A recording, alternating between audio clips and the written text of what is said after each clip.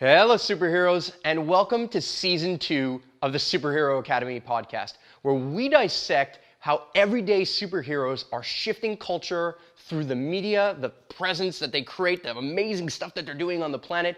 It is just incredible to have the job and opportunity to sit down with amazing people changing the world and building the world that we know is possible in our hearts. Now, what's amazing is our guest on this week's episode of the podcast, Mr. Rob Greenfield, who is absolutely admirable in the world of sustainability and simple living. He's a man who has stripped himself literally of all his possessions. He has traveled across America and the world, showing people that things like food problems and food shortages, the chemicals that we're using and the things that we buy and consume on an everyday basis just aren't necessary. And in fact, in many cases, they're making us unhealthy and unhappy. So he sets the example and does a whole bunch of amazing stuff, from dumpster diving to having lived in a tiny house to completely gotten rid of everything he owned and now has left to travel the world. He truly is a dude making a difference. So tune in if you want to be inspired on how you can simplify your life, and make sure to listen to this episode of the podcast. Oh, and yeah, make sure to click the links in the description. You can go and listen right now. Go. Do it right now.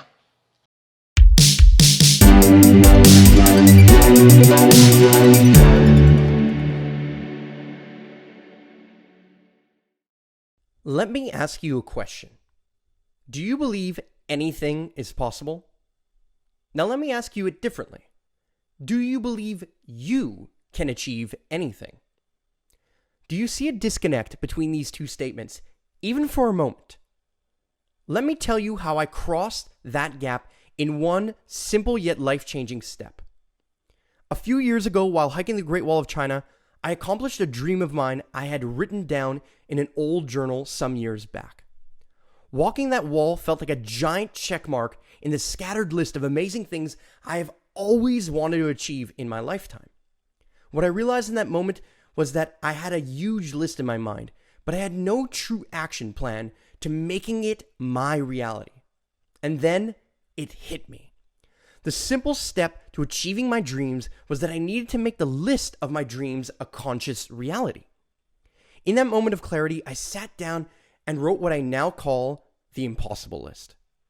What I wrote on the impossible list are the dreams I am committed to seeing through in my lifetime. What you write on your impossible list will be the accomplishments you're remembered for forever. Sometimes life feels like a journey, a race of sorts. But it's strange how many of us run the marathon of our lives without knowing where the finish line is, let alone where some of the checkpoints might be along the way. So the question is, what do you want to see come to life in your journey? I'm challenging you to take the initiative to see your deepest passions come true. So what impossible challenges will you tackle and make your reality? Hello, Marc Angelo here with another edition of Valhalla's Superhero Academy podcast, now brought to you on Collective Evolution. And today we have got a guest who has been inspiring me time and time again, like just over and over and over again. The inspiration is consistently flowing because I have finally met somebody who is doing some of the things that we at Valhalla talk about all the time, that, you know, the things that I've wanted to try for forever, and he's living it. And today our guest is Rob Greenfield, kind of an amazing adventurer, activist, somebody who just gets his hands dirty and tries the things that are leading to social change, you know, whether it be living in a tiny house, whether it be dumpster diving, whether it be standing up for whatever he feels is right, and whether it be adventuring across America on a bicycle. He's done so much stuff, and thank you so much for being a guest on the podcast today. My pleasure. Thanks for the introduction. That sounds like an exciting life. Well, I think you lead an exciting life. I mean, I think you're doing some really, really progressive stuff. I mean, and unfortunately, we have to call it progressive because, you know, the average person isn't kind of doing this stuff right now. But I think you're on the leading edge of what I would call the kind of sustainable lifestyle, right? I mean, you're definitely by having kind of downsized your life into now living into a tiny home, having, collecting rainwater for your water sources and kind of considering all the factors that are coming in and out of your life. I mean, it seems like, man, you are really living what I would kind of quote as the simple life. But at that same time, you're getting so much done. You're growing an online presence. You're not like the quote unquote hippie tree hugger, that isn't doing anything and is just protesting and complaining about the problems. You're actually doing them, and that's inspiring. Yeah, you've got me figured out pretty well, I'd say. Yeah, well, I guess I've seen an article or two while discovering some of this stuff online, but I like to dive into this in a unique way. I think I started this podcast because I love to connect with everyday superheroes, but I know that everyday superheroes have a story, right? I know that everybody who got to a position of what they would consider greatness in their own life, or anybody who's kind of worked really hard to get to where they are in their own life, there comes a story with that, right? There's a reason why you're doing the things you're doing, and we can dive into that in a little bit, but I would love to hear a little bit about your story. Like, what led you to live in a tiny house with a simple life, or to bike ride across America, or all this kind of stuff? Like, what is driving some of this in your past, and tell us your story. Well, so it wasn't that long ago. Well, I'm 29 now, and I grew up in a small town in northern Wisconsin. I lived a somewhat typical life. Had a pretty good growing up. Went to college for biology and chemistry, and in college I did the typical things: binge drinking 3 nights a week, chasing girls. I went to the library mostly to find girls to come to parties on the weekend, and that's what I lived for during college. I was heavily into like having a nice car and money, and growing up. So I grew up actually really low income. And so for me, I always strived to be normal. That was my big thing growing up, is I just wanted to be normal. But I also always wanted to do something great at the same time. Those great things were just a bit more normal, like traveling, things like that. But so anyway, when I got to, I've always been into the environment. As a kid, my favorite thing to do is catch frogs and turtles, or go fishing. Nice. Just be out in the wild. So I always had a desire to see the world and to be a part of it. But the thing was, I didn't realize until after college, what happened was I started to read a lot of books and watch a lot of documentaries, just the documentaries that are available to us all on Netflix and on YouTube. And so I started to watch these, and it was just, my world was crumbled right in front of me, just with this education, this information that was right there. So a lot of people have this moment of enlightenment, or this event in their life that really changes everything and shifts them when they go, like I did, from pretty unconscious about my actions to really living a life where I am paying attention to these things. But the thing was, I didn't have any of that. It was just purely that I started to watch these things, like The Story of Stuff, Food Inc., Earthlings. Those are a couple of the early ones. And so what happened was, I started to see all this information, and I realized, man, the car I'm driving is causing destruction. The food I'm eating is causing destruction. The amount of water I'm using is causing destruction. Everything about my life has been monetized and is causing destruction. The lotion I'm putting on my body, and the shampoo in my hair, and the deodorant on my underarms. So, and then I just consumed this information. Like Zeitgeist was another movie that really I saw back then that changed things. Yeah. And so then the big thing was that I decided, all right, I have to act on all this. And that was really the thing, is it was like every documentary that I watched where I was like, all right, these guys know what they're talking about. I believe in what they're saying. I'm like, well, I can't be a hypocrite. So that means I have to actually, if I believe what they're saying, I actually have to implement it into my life. And that's kind of what started my transition into what you're talking, all these crazy things you're talking about now, because 5 years ago, you wouldn't have said any of that stuff. Yeah, and I get that. You know, I literally have the exact same kind of journey and path. I mean, you mentioned Zeitgeist, you mentioned documentaries, and 5 years ago literally was the year that I watched a documentary a week.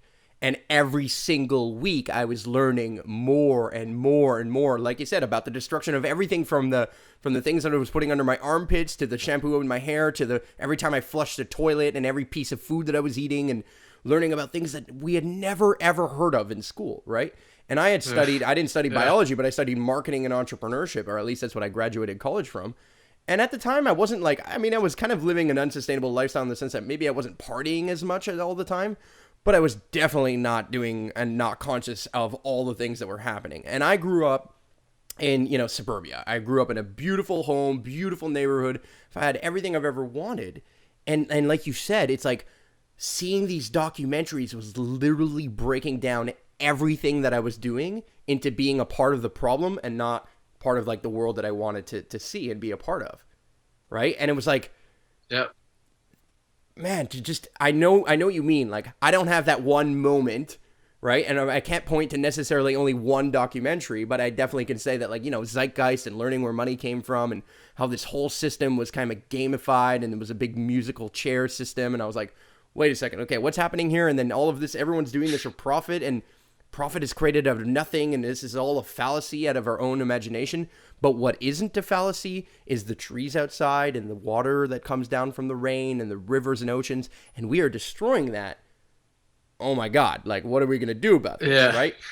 And Yeah. as you said, you know, I don't know how you feel about this, but I also felt that when I was watching these documentaries, I was getting really depressed. Like, I kind of went down a spiral of sadness first before I was kind of coming out to the solutions, because I felt like a lot of these documentaries were really, really, really great at pointing out the problems, but not so great at pointing out the solutions all the time. And or maybe not so inspiring to spend a certain amount of time on that. And how do you feel about that?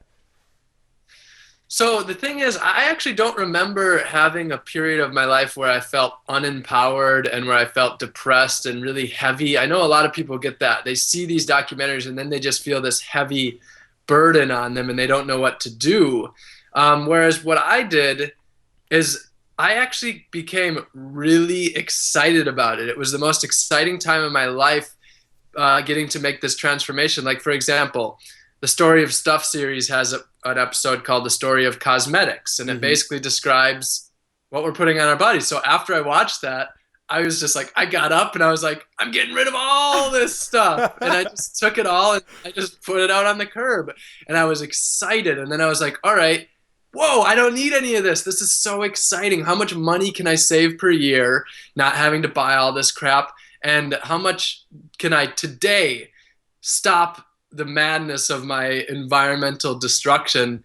So for me, it was like, I was excited because I got to, it was mostly exciting. Now there were those moments like restless nights, like, oh man, what do I do? Especially when it comes down to like learning about the monetary system and politics, where but my solution at that time was boycott it all. Like, just stay as much away from it as possible. And that was exciting because I decided, all right, here, I'm going to decide the things I can do to live more moneyless. And so that was like my first adventure was I flew to Cabo with no money, with just the clothes on my back and my passport and no money. And I was like, I'm going to see if I can actually live without money here. And I did. I hitchhiked home 1,300 miles through the desert, like 12 rides or something like that. And the thing is, it's all about transition.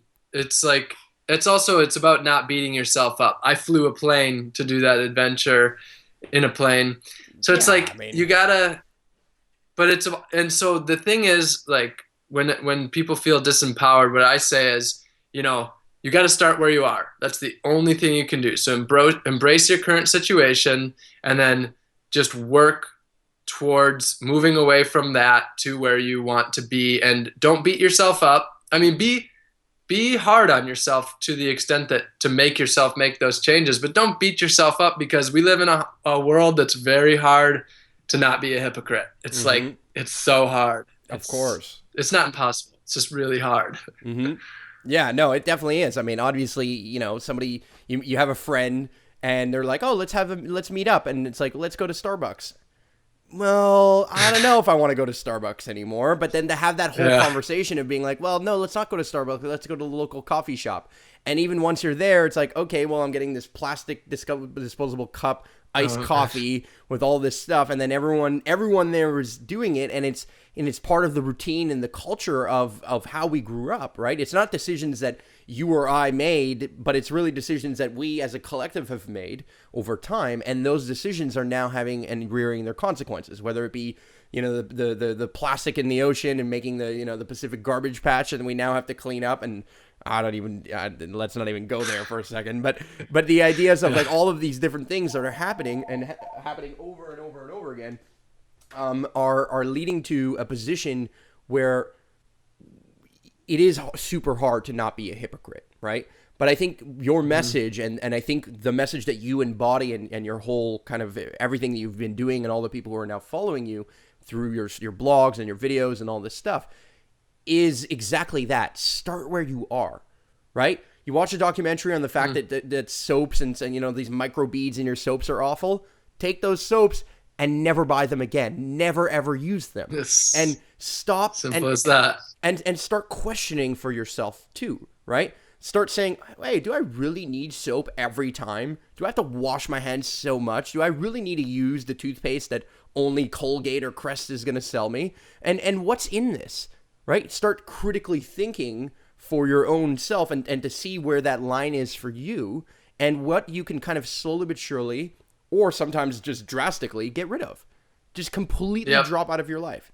And I've felt, and exactly what you said, is I felt that empowerment when those things came to me in clarity, right? When it was like, oh, all I need to do is stop buying this, period. All I need to do is stop consuming it whatsoever. That is the first step. And then what ends up happening is that you end up shifting from like patterns where I used to meet people at Starbucks all the time to now I never, ever, ever go to Starbucks. I haven't been in a Starbucks in years. Like, and if I go, it's just like to see a friend. I don't buy anything. It's just like I see the person because that's where they are. You know what I mean? But I haven't consumed something like that in quite some time. And it's just because you stop thinking about it. You stop craving it. You start thinking that this is something that is bringing enjoyment to your life. And instead, you're connecting it to the problems that it has created because of the documentaries and the knowledge that you've gained from multiple sources and places. Yeah, absolutely. And one thing like to remember is, so some people have to go completely cold turkey on things or just like some people, for example, let's take veganism, for example. Mm-hmm. I strongly support a plant-based diet, a vegan diet, a vegetarian diet, any of those.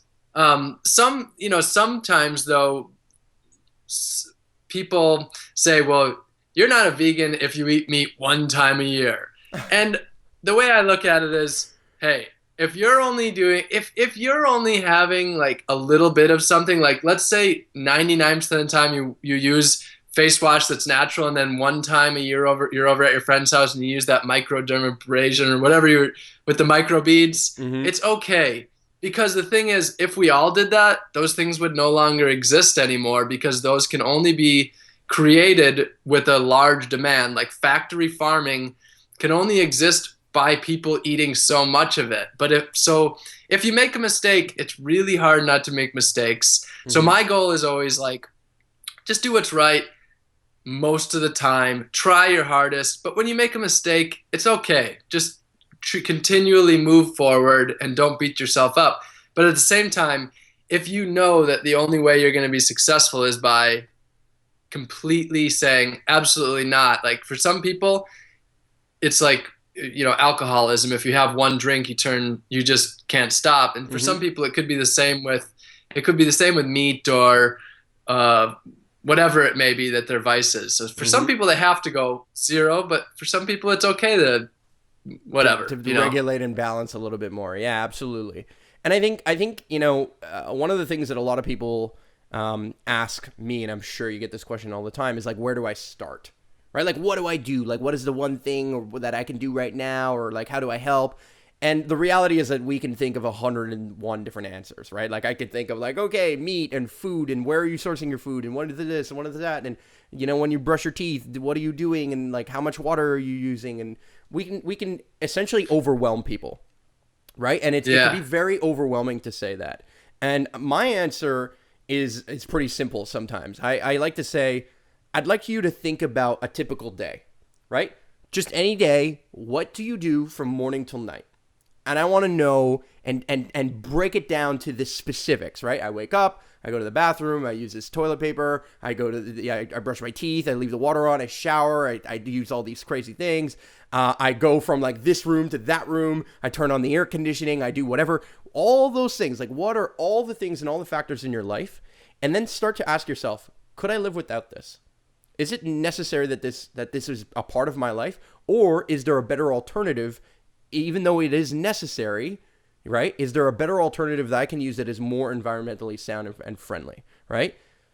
And I've seen people transform the smallest of habits, but I believe those are the most important of habits, because what you do on the small stuff, the little things, transfers into the bigger things, right? You start with changing your toothpaste, but then all of a sudden you're considering eating more like a vegan or vegetarian style diet. And then all of a sudden you're doing this, and then all of a sudden you're doing the next thing. And it becomes part of your new culture, your new habits. How do you, what advice do you give when somebody's like, where do I start? So I agree with what you just said completely. And so my advice is start with what you're excited about. So if you're dreading the idea of like conserving water because you just love to run it while you're brushing your teeth, and you really love your long warm showers, so you're dreading that, so don't start with that. But if you're excited about going to the farmer's market, or like starting to shop at your local businesses rather than Walmart, or maybe you're excited about riding your bike more than your car, like start with those things that you're really excited about. Maybe you're excited about alternative healing, or natural medicine. Maybe you're excited about getting plastics out of your life. Maybe you're just excited about eating more vegetables. So start with what you're literally like excited about, like this is what I want to do, and then get passionate about that. And then what happens is you build on top of that, exactly what you're talking about. So with each success, you feel more empowered. And then that makes, so like, for example, I started by cycling, and then just a little bit, and then eventually got rid of my car, and then eventually biked all the way across America. But it started with just like cycling more. So what happens is like you build these building blocks with the things that you're excited about and that are easy, and then those segue into the things that are harder, and then the things that you were less excited about and thought would be hard are easier because you're up here rather than down here. So, quick question. What do you think, what was the hardest thing for you to kind of transition out of? What was like some of the things that, as you were going through this phase, what were the things that were tough for you to let go? Was it like a bigger home? Was it a warm shower? Was it, I don't know, were you eating meat before? Was it alcohol? What was the toughest thing? Nothing was coming to mind, I guess, except alcohol is one, because it's such a social thing. Most of the things like eating less meat, or taking shorter showers, or changing my body care items, or riding my bike more, most of those were a lot easier than alcohol, because for a lot of social events revolve around it completely, and I don't think alcohol is bad by nature. It's just that too much of it obviously tends to lower your consciousness a bit, and when you're hungover, you're just nowhere near as conscious.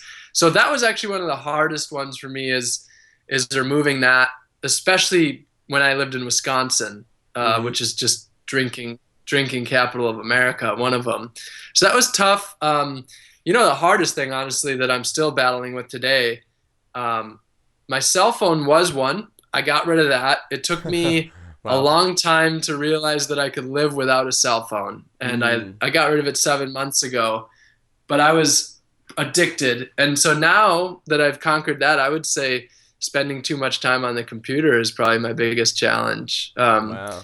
It's a great tool. Yeah, it's a great tool for affecting positive change, but it's also there's no way that I'm as conscious when I'm looking at this screen as if I'm out in the woods, connected with what's in front of me. 110%. I mean, I had to disconnect for like 6 days in a row, and wow, did I feel the effect of like how addicted I am to the internet, but not just to the internet Yeah. and learning and consuming content that I find interesting, but at the same time, even just connecting to other people. This is such a huge part of our social life, to connect on Facebook or social media, and we're constantly checking it, right? We're constantly, every time we have a moment, we get on the bathroom, we're on the bathroom stall, and we're checking Facebook. And I know everyone's doing it because it's happening, Yeah. okay? And the reality is that we're, like you said, we're losing that consciousness, right?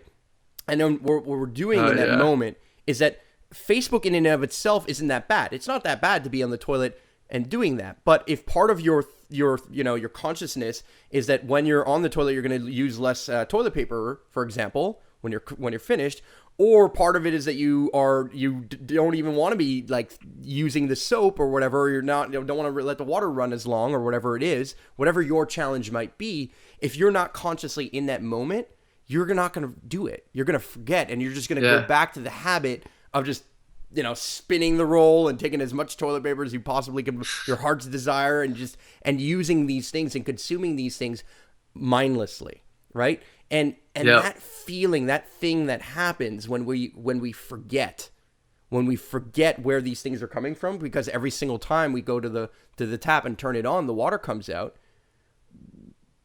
I mean, we've never lived in a reality where that wasn't the case. We've never had to face the challenge where that didn't happen in America and in our kind of hometowns for the most part, or for very brief periods of time. But how do we kind of adjust to that when it comes to consciousness? Like, how would you say, is spirituality, is consciousness, is meditation, and any of this stuff a part of your daily routine? Is something that you practice on a regular basis? So my biggest practice is just leading by example. Like, so I'm an extremely practical, logical, rational human being. That's the way I think. I think with a lot of numbers and statistics. So a lot of, I ask people sometimes, do you think of me as spiritual? Everybody always says yes, like without a doubt, you're spiritual. Whereas I've always said I'm as far from spiritual as it gets. But my spirituality is all about protecting the earth, being connected to the earth, being connected to nature. A lot of people say nature is their religion. So my spirituality comes down to like understand, living an examined life, living in alignment with my beliefs, and living out the truths that I know, constantly seeking truth. And all of that is connected to nature, because I don't know if I'm right, but I feel like nature can't be wrong. I mean, it's the way I look at the earth. It's like a tree is a freaking tree. It's there. You can't prove a tree wrong. It is. It's there. So when I see nature, I see that as like a reality. And so my spirituality is just protecting that reality and being a part of it. And so so that's kind of my whole way of being spiritual. But as far as a lot of my friends who are into spirituality, a lot of that I don't really dive into, because I'm really such a practical guy. Yeah, and it seems like you've taken those practicalities into your everyday life and into the small things that you do, like showering and the toilet and composting. Even is another one we haven't mentioned. It seems like you also go dumpster diving and all these things. So it seems like, you're taking a practical approach to all of these different lifestyle choices and seeing it for, okay, well, here's the facts, here's the problem, here's how I'm was a part of it, and here's now how I can be not a part of that, and I can be a part of the solution instead. What do I want to dive into like a little bit of your life cycle in a little bit, but I want to ask one more, or no, actually, you know what? Let's go straight into the life cycle. I mean, look, you live, for those of you who haven't seen this, by the way, all the links are in the description below to Rob's website and stuff. So you're living in a tiny home right now. I mean, I know you're not in it at this very moment because you're actually house sitting. But tell me a little bit about what your daily life looks like and some of the changes that you've implemented in your day. So, you mean now, okay, you got rid of your cell phone, you got rid of your car, and you now have a bike. What are some of the other things that you've kind of tackled? What are some of the other issues that you've switched and are no longer as normal, compared to the average person out there? Yeah, so pretty much everything has been kind of with this transition of living a more connected, earth-friendly, conscious life.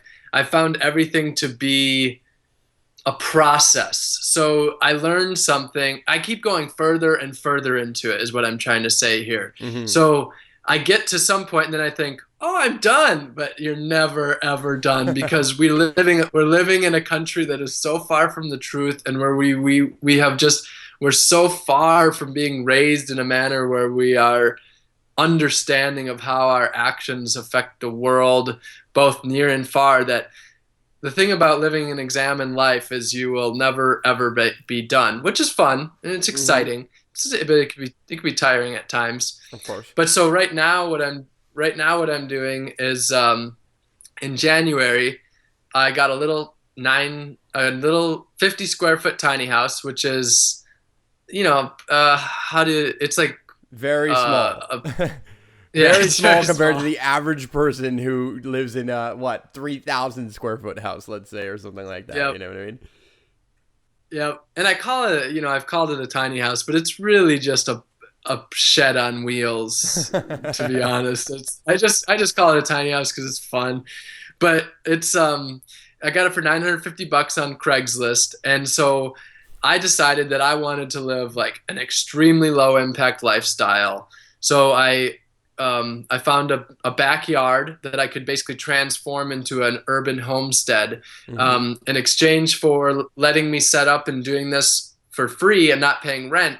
I'm improving the place and doing a work exchange. So like I built him a fence that he's always wanted, and set up a rainwater harvesting system, set up a garden for him, and did years of maintenance around the backyard and everything. And so basically the idea was to live in the city, but completely off the grid, independent of public utilities. So I'm using solar panels for my electricity. I use 100% rainwater for my drinking, for my growing my food. It's funny because there's so few things that I use water for these days. Like when I'm trying to say what I use water for, it's like I brush my teeth, cooking. There's like 5-10 things in my life that water is used for these days. It's crazy how little you actually need water. But and then I have a compost toilet there. So that's another thing that I've learned about recently. People often hear about composting your own poop and pee. It's called humanure. And they're scared. They think it's like this dangerous thing, but our poop is not actually dangerous. It's part of us. No, it's not. And it doesn't have to stink either, right? Like that's the other thing. They think dangerous, and then they think, oh, disgusting and smelly and all that kind of stuff. And the reality is that if you read like a small handbook on it, and you try it out, you're gonna nail it, and it won't smell at all. And I know this from experience as well. So, yeah, absolutely. I mean, there's definitely a mindset around that for sure, though. Yep, and I've had about 50 to 100 people over at my homestead, and I always ask for feedback. And a lot of times, I don't even have to ask for feedback, and they're constantly like, "There's no smell whatsoever from either the toilet or the compost pile." And I have news people over. I have very like proper girls who have never sat on a compost toilet in life, and they're all very excited about it. But so for me, the biggest thing about getting people to make changes in their life, it's all about psychology. To me, environmentalism is 100% mindset. Most people's biggest barrier is social stigmas. It's all right here in their own mind. It's very little to do with the actuality, the facts, and the logical stuff. It's all about, well, what will this person think about me? How will this cause a fuss in my social life, with my girlfriend, with my family, with my friends? So for me, it's all about a psychology. And And it's largely about also showing people that these things are in fact possible. Like Mm-hmm. what I'm doing, living off the grid without a bill or debt to my name, I'm just doing that to show people it's possible. You can do all these things. You can live without a cell phone. You can share things. You can live with very few possessions. Mm-hmm. You and you can do these things because we live in a time where you just a lot of these things you just were like you just I even myself not that long ago I would have thought you can't live without a cell phone. Yeah, no, without a doubt. I think a lot of people are, like you said, their psychology is kind of holding them back from making these changes, and that psychology comes from habit, right? That psychology comes from they grew up in a house and this was always the way it was done, so this is the way they're going to do it. And they might shift it here and there depending on if they move in with a new boyfriend or girlfriend, or I don't know, some small shifts do happen, but for the most part, largely, we're just kind of following the generation before us, right? We're just kind of doing the things that was done before us, and then we're implementing new technologies as we go, right? So our parents didn't have iPhones, but now we have iPhones, and now, the younger kids are like super great with iPhones and iPads and all this stuff, right? And so slowly culture does shift, but it shifts when we also know what's possible, right? It shifts when we see a reality that we want, and then we can see how it works. And I think a lot of people, when they hear no bills to your name, does that mean you probably have no job? You don't have to work, you get to do whatever the hell you want all the time? Wow, that sounds really awesome, realistically, right? Now, how do you, I think that's the dream, right? There's so many people who want to live moneyless society or want to live in a position where they don't have bills to pay and they don't have any debt or they don't have any of these things. But at the same time, are they really willing to make those sacrifices? And I don't even want to call them sacrifices. Are they willing to make the shifts? Because they're not sacrifices realistically. They're shifts. They're changes. It's instead of flushing, I pour sawdust on top of my poo. It's like, is it really all that much different? It's like they're both a very simple action, but it's a small shift. And it just requires a slightly different routine on one side of the coin versus the other side of the coin. How do you... Yep. A lot of people must approach you with that, right? Oh, you don't work? What do you do? No. How does that play out? Yeah.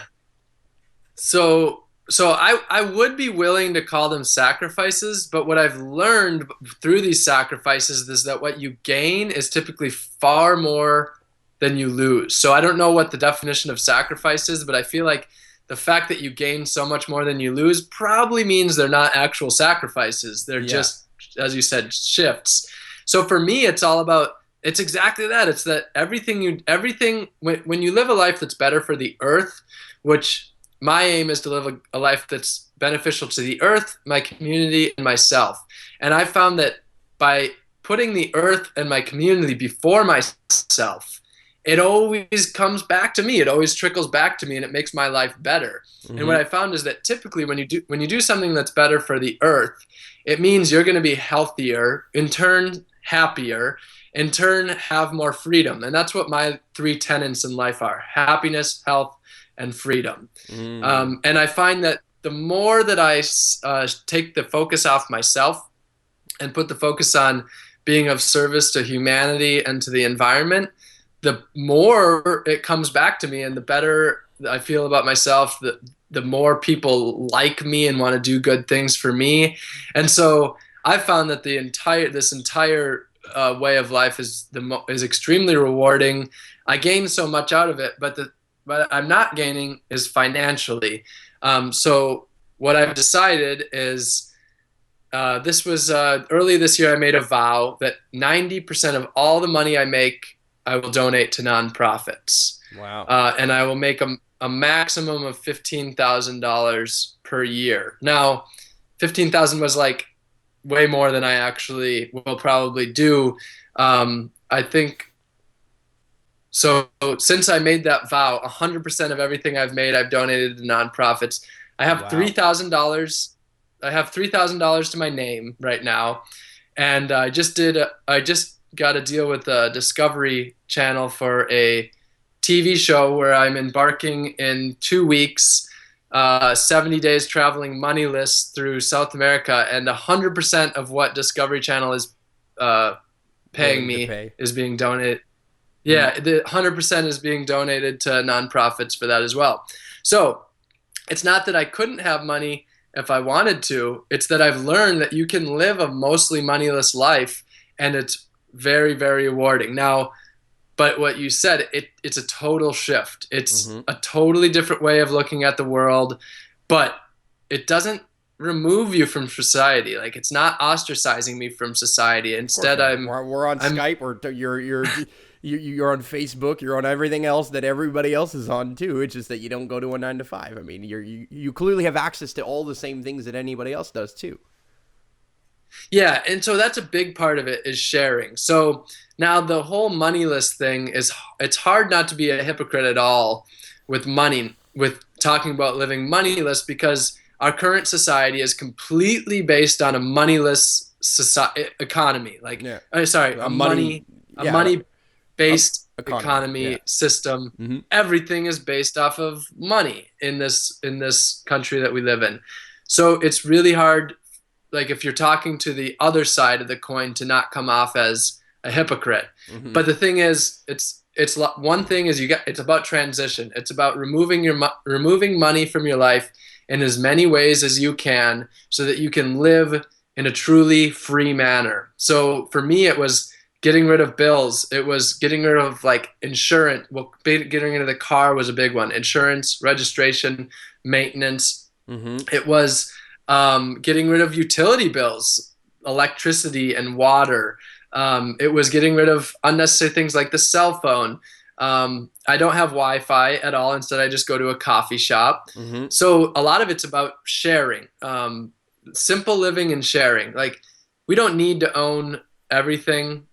And I believe that we can actually share things. Like the statistic is that the average electric drill is used for 31 minutes in its entire life. Electric Wow. drill created to be used for 31 minutes, and that is probably standard Wow. amongst, yeah. So for me it's about sharing stuff, and it's about, just because you don't have money doesn't mean you can't give far more than you actually receive. Yeah, yeah. I think I love the whole sharing economy thing, and I'm starting to see more and more mainstream types see the value in such. And I think even cities are starting to shift a little bit too, with like these bike share programs or car share programs, where it's like, okay, you might need a car from time to time because you're going to drive from this place to the next place, and or you might need a bike from time to time and you don't have a bike or whatever, or you're not from this town. So here's the system that allows these things to take place. And, I was having a conversation with my own mother the other day, and she was like, I just don't understand, like, how you think that everything could be shared. And I said, I don't think every single thing needs to be shared, but I believe that many things, and it's funny, I mentioned a drill, and I love that you told me that statistic, but a drill, a ladder, all kinds of stuff that we have in our house, right? Like the mixing bowl. Like, do we really need the mixing bowl all the time? Does it always have to be in our own cupboard, or does the ladder always have to be in our own garage? Could we not have organized society in a way that on every block, every once in a while, you had like a kind of communal space, a communal garage, or a communal kind of, they have these kind of, kitchen spaces where people can come and rent or borrow kitchen equipment from these communal kitchens. I love our tool share programs and stuff. What if we had those everywhere?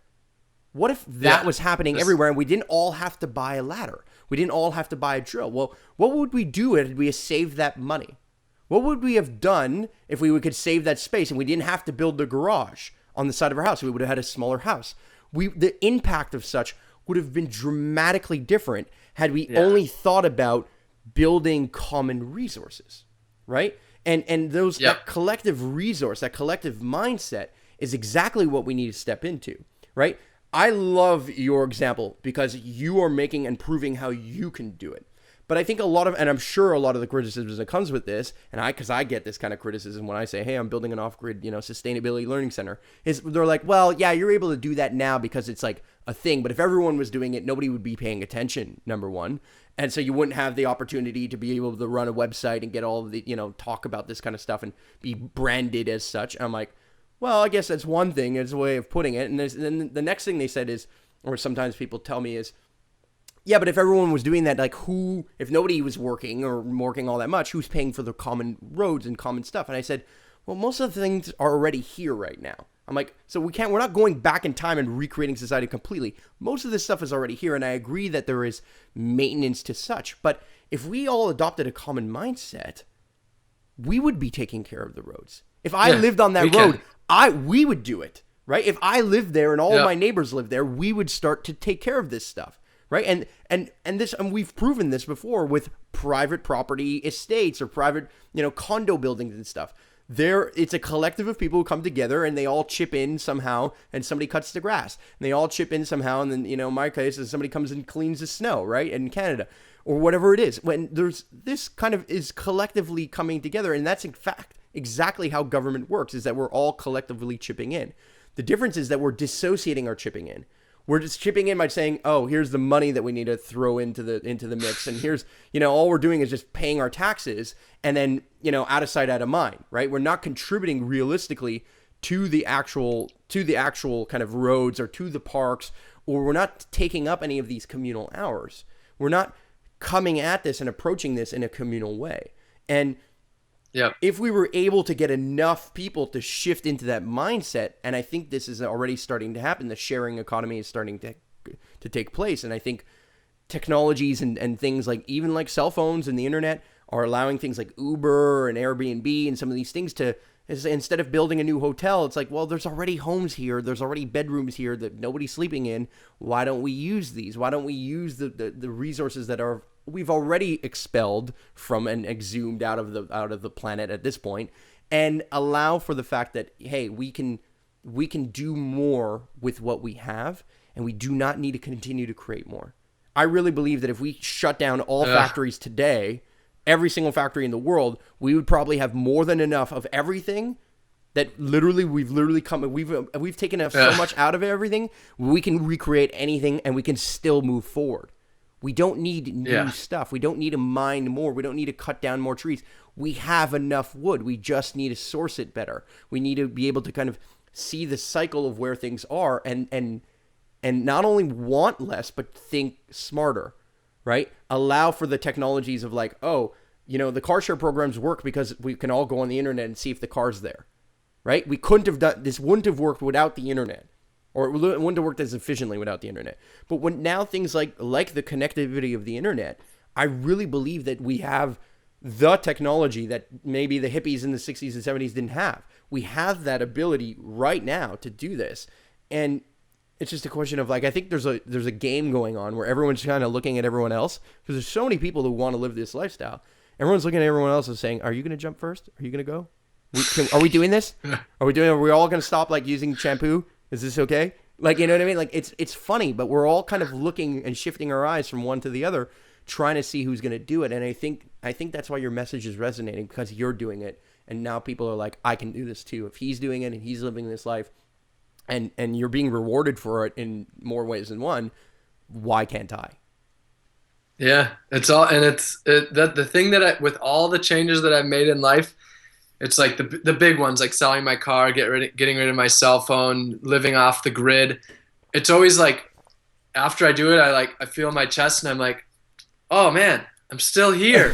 And then I look around and I'm like, oh, my friends are still my friends, and the world is still spinning. And I'm like, whoa, nothing's changed. It's all still here. Everything was in my mind about this not being able to exist without it. And every single time I'm like, or the same thing. I'll go away from my laptop for 3 days and I'll get back and I'm like, everything's all right. Yeah, it's funny. It's funny because we all live in this world where we're I think many of us feel this sense of well, if I'm away from my laptop for 3 days, I have an enormous amount of emails that are all going to pile up. And I said, well, no. Have you ever not answered your emails for 3 days? Once you don't answer your emails, you don't get more yes, if I answer all my emails today, tomorrow I'm going to have a whole bunch of emails. Maybe the next day and 3 days after. But in 2 weeks, 3 weeks, if I haven't answered my emails, I'm not getting any emails anymore. You know why? Because it's a conversation. It's a two-way street. If only things are coming in and you're never responding out, or at least you're only responding out from time to time, that conversation is just happening at a much slower pace. And yes, things get done less efficiently if that's what you want to see it as. But at the exact same time, it gives you more time to step away from this and into the life and into the reality and into nature and going fishing and whatever it might be, right? So Same exact thing with it's the same exact thing with text messages. If you stop sending the texts, they'll stop coming. Like, yeah, people literally think that they can't stop, but the truth is you can stop. And when you stop, it stops. We are literally creating the problem as we go, and then we complain about it, and we're like, well, I fully agree, and it's just such a mindset shift. It really is psychology, right? And I think And I felt, and I think I really want to bring this up because I found it very interesting, and it's a topic that I'm exploring more and more now as I'm kind of getting my psychology around this. Is even the concept of things like dumpster diving, right? What is it like? I've watched TED Talks. 1/10 of every piece of food that we grow actually ends up in our stomach. 1/10 of that, right? Oh, wow. Yeah. Wow. So part of that ends up in like the cow's stomach or in this place or in the dumpster, or some of it gets, thrown out or whatever. Some of it, there's all kinds of food. Some of it gets turned into fuel and, biofuels and stuff. But 1/10 of all food actually ends up physically into our stomachs and actually being consumed by us, which is huge. And I'm like, wow, that's crazy. And I know, and at Valhalla, we've done a lot of dumpster diving, right? When we built this Earthship greenhouse at one point, we had like 50 volunteers who showed up. We had no money to be able to feed everyone, but we obviously wanted to. So what we did is we went to the local like health food store, went into their dumpster, and we found like piles, hordes of food.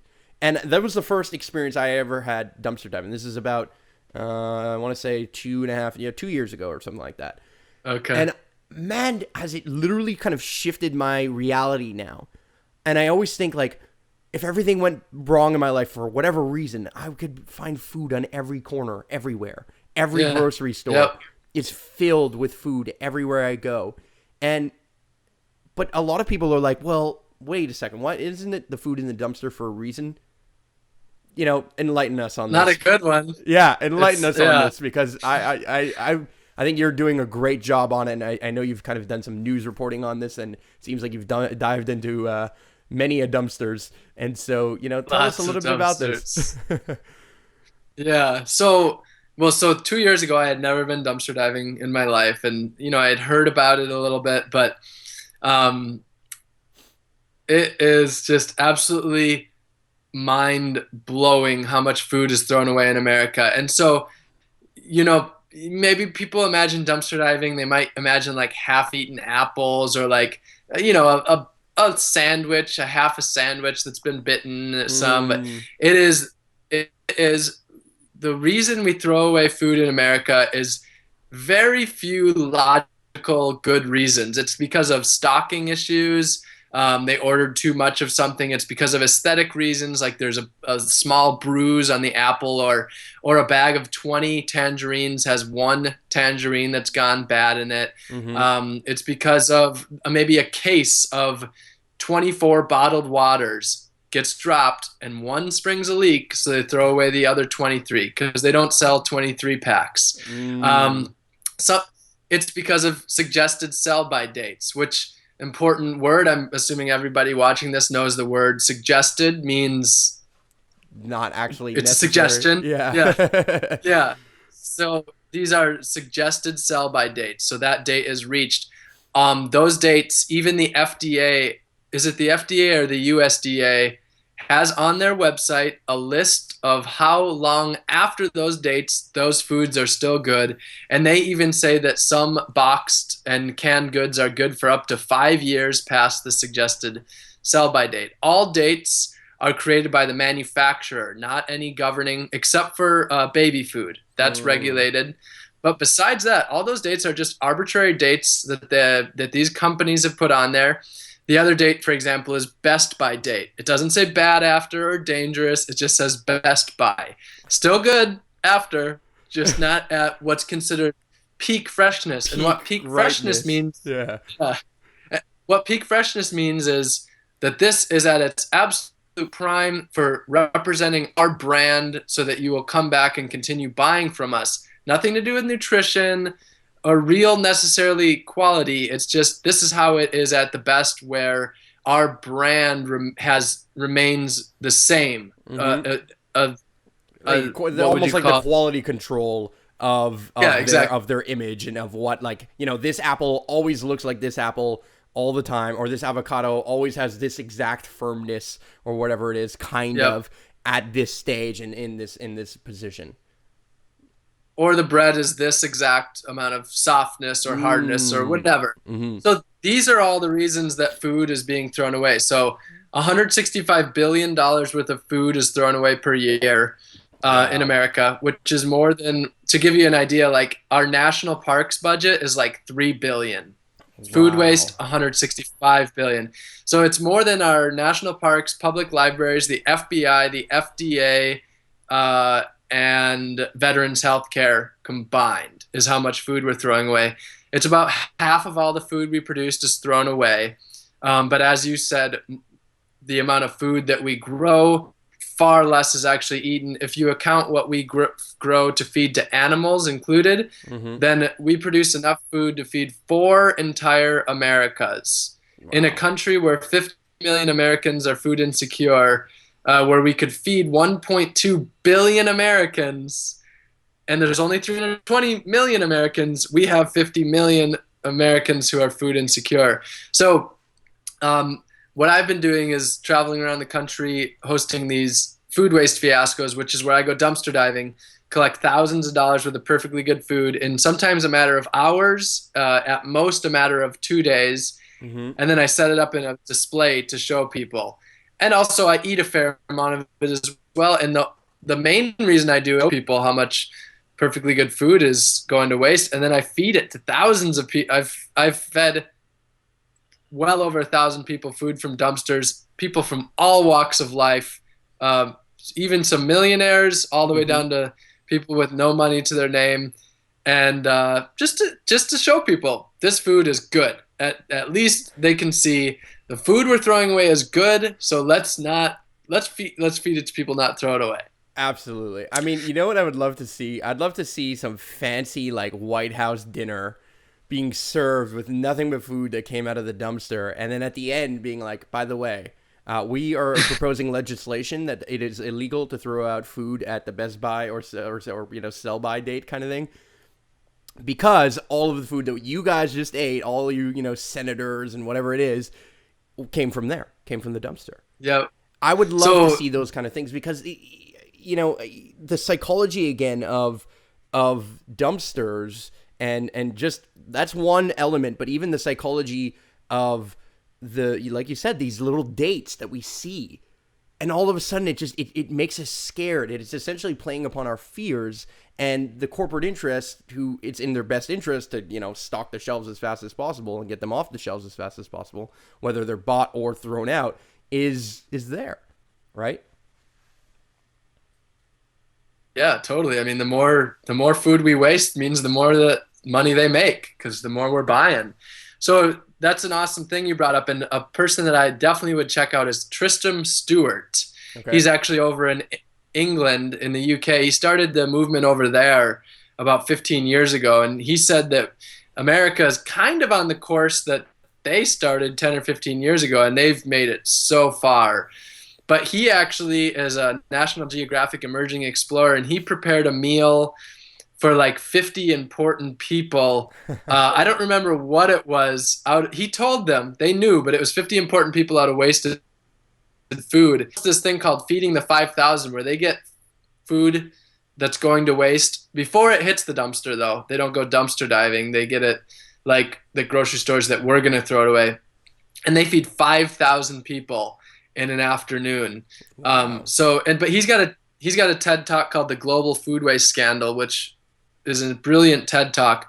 So I recommend definitely checking him out. And then back to our previous conversation about moneyless living and transitioning into a society with less money. The other guy I recommend is Mark Boyle. He's Mm. got 3 books. He's got The Moneyless Man, The Moneyless Manifesto, and then his newest book came out like yesterday. I think it's called Drinking Molotov Cocktails with Gandhi. Oh, really? And I every didn't hear book, about that one. oh yeah, it just came out Hmm. yesterday. I read it. I got to read it before it came out. Beautiful. Man, it's even for me reading that was like, now what do I do? He takes it to the whole new level, right? He's a step up there. He's a brilliant man. Would you call him a superhero? One of your somebody who's inspired you in some of these capacities? He's, a, he's inspired me more than anyone else. He's influenced me more than anyone else on earth. The idea, of living off the grid and without bills. I don't know if I'd have done that without him. He showed me that it was possible. Mm-hmm. Yeah, and I think you're doing the same now. I think you're doing the same for other people, and you're making it happen. Um, yeah, I mean, look, I think what you're doing is phenomenal. I think you seriously deserve a serious amount of applause all the time for the lead that you're having in it. Because I think what you're doing is actually necessary, right? I think what you're doing shouldn't be applause worthy and actually should just be normal, realistically. Yeah. But at this moment in time, it's not. And at this moment in time, things are happening that are making that, be set in motion and that are making these shifts kind of happen. And I believe that when you set that example, when you kind of step out of this kind of I mindset, right? You really, even when I shifts to we, even illness becomes wellness, right? We get into the position where we start thinking not just about ourselves, but about the society around us, how we contribute to the society, all the actions and every single thing that we do and how that affects the world around us. And how if everyone started doing that, we would be in a position where the world would be better for all of us, right? If everyone starts Yep. to think about these different things, these problems start to melt away because, nature is incredibly elastic. It's incredibly powerful, and it can deal and it can absorb some of the things that we've done to it. But if we shift now and if we make that change today, then that will happen. So we're getting to the end of this podcast. I want to know if there's any other places that people can come and where should they go and learn more about what you're doing, follow your story, maybe follow what you're doing on Discovery Channel, and any last words or messages that you might have to somebody listening to this who's kind of teetering on that edge of like maybe trying something, where can they learn more? Well, so there's a couple of resources that I just put out on my Mm-hmm. website, which is just robgreenfield.tv. I just put out